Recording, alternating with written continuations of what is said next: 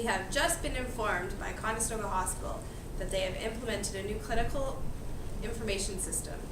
They have appointed a champion, which was supposed to train the nurses to use this clinical information system, but that's not the case.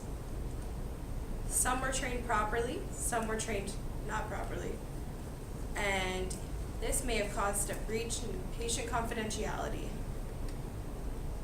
This might have happened because of miscommunication, non-effective change management, and poor leadership. Now I'm here with a nurse from Conestoga Hospital and their HI representative. How are you? Hello. So I've heard that there are some complications. So what happened? What was the main problem? We have a new clinical information system that was installed, and it's basically for the nurses. But what's going on is that as the nurses, we don't have enough training. So, and some of us are on different shift, like work shift, and so especially if for people that work at night, like a night shift, they're not getting the training that is needed. And even though we do have appointed champions, which are people that are trained to train their colleagues, it all depends on the time that the champion is supposed to be working. So if I'm working during the time that the champions are working, definitely I'll get some training. But most of the time, if you're working night, it's very hard to find someone to train you. So we're having that problem that training is not done properly. So what is the way to fix this no training problem? Okay, a way to fix this no training problem is to accommodate all the nurses that are involved in this training, that are going to be using the clinical system hands-on. So a way to fix this will be have a workshop training session at least 3 times a week that is going to accommodate all the nurses. So it will accommodate the part-time nurses, the full-time nurses, the night shifts, and morning shifts.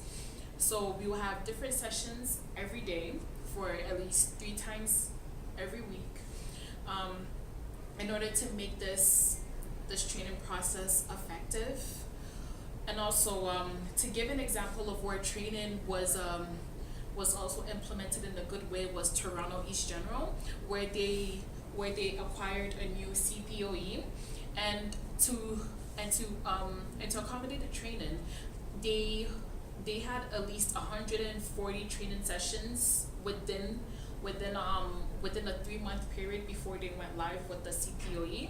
So if we can also do what they did, because what they did with their training, their project was very successful. So if we can have a training where it accommodates all the nurses, and during that training session there will be hands-on with the champions, so that the champions can talk them through how to use it, and they can have more interactions with the nurses hands-on.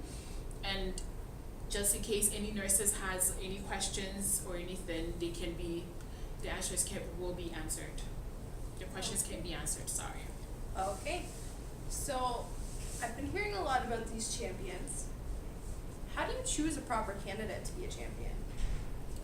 Well, the way we chose a champion wasn't the right method of choosing them, because we chose a champion based on the skills that they had previously on computers, and referencing back to the hit and miss book, it says that in order to choose a champion that is effective, you need to choose a champion that is influential, that has power, so that they'll be able to influence the other nurses to at least try the new system, so that everybody will be on the same page. No one will be like having mixed feelings about the system, as long as you have people that have power and that are influential to people.